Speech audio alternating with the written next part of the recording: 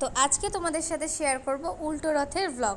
তো উল্টো রথের দিন আমি গেছিলাম, মানে বিয়েবাড়ি, ওখান থেকে আমি চলে গেছিলাম মাসির বাড়ি। তো ওখানে রথ হয়েছিল। এটা হলো গুপ্তিপাড়ার রথ। তো পুরীর রথ, মাহেশের রথ, তারপরে যদি কোনো রথ হয় সেটা হলো গুপ্তিপাড়ার রথ।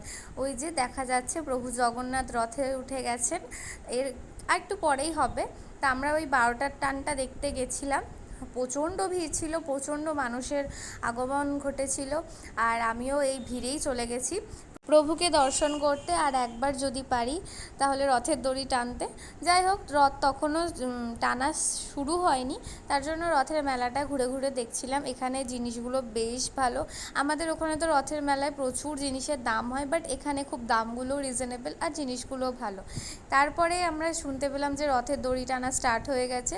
তো আমরাও চলে এলাম। এত মানুষের ভিড় যে একটু রথের দড়ি ছোঁয়া যাচ্ছিল না। যাই হোক, একটু ফাঁকা হওয়ার পরে ভগবান করুক রথের দড়ি আমি টানতে পেরেছি, একটুখানি জাস্ট ছুঁতে পেরেছি, এটাই আমি নিজেকে ধন্য মনে করি। যাই হোক, আবার একটা বছরের অপেক্ষা। রথ দেখা হয়ে গেল, আমাদের রথ টানাও কমপ্লিট। আমি, মা আর দাদা গেছিলাম রথ টানতে। যাই হোক, এখন আমাদের সামনে দিয়ে রথটা চলে যাচ্ছে আস্তে আস্তে। তো তোমরা সবাই কমেন্টে জয় জগন্নাথ লিখতে ভুলো না। আর সেদিন রথ টানার পর প্রচণ্ড বৃষ্টি হয়েছিল। তারপরে যেহেতু রথের মেলা জিলিপি না খেলে হয়, তার জন্য এখান থেকে নিয়ে নিলাম জিলিপি।